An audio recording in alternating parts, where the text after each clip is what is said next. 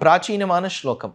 வசுதேவசுதம் தேவம் கம்ச சாணூர மர்தனம் தேவகி பரமானந்தம் கிருஷ்ணம் வந்தே ஜெகத்குரு. வசுதேவருக்கு பிள்ளையாகவும் தேவகி என்னும் பெண்ணை தாயாகவும் கொண்ட கண்ணா, துஷ்டர்களை நிரசித்த கண்ணா, சமுதாயத்துக்கு தீங்கு விளைவித்தவர்களை கொன்று தீர்த்த கண்ணா, நீ யார் தெரியுமா?